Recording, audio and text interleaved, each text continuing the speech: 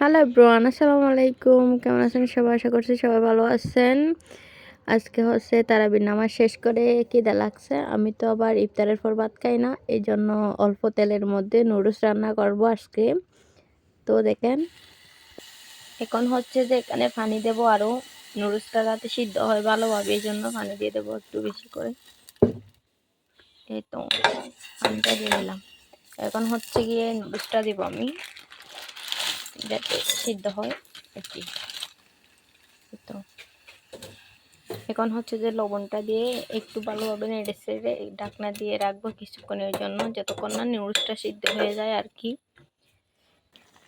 যারা হচ্ছে তেলেরটা পছন্দ করে না, নুডলস এরকম অল্প তেলের মধ্যে কিন্তু রান্না করে খেয়ে দেখতে পারেন, এটা কিন্তু অনেক মজার হয়। এই তো আমার নুডলস রান্নাটা হয়ে গেছে। এখন হচ্ছে এখানে আমি একটা ডিম ভেঙে দেব। এই যে এখানে ডিমটা ভেঙে দিছি। এখন হচ্ছে গিয়ে ঢাকনা দিয়ে দেব কিছুক্ষণের জন্য। এখন হচ্ছে ঢাকনা নিয়ে ফেলার পরে দেখেন কেমন হয়েছে, অনেক লোভনীয় লাগতেছে তাই না? সবাই একবার হলেও ট্রাই করবেন। আল্লাহ হাফেজ।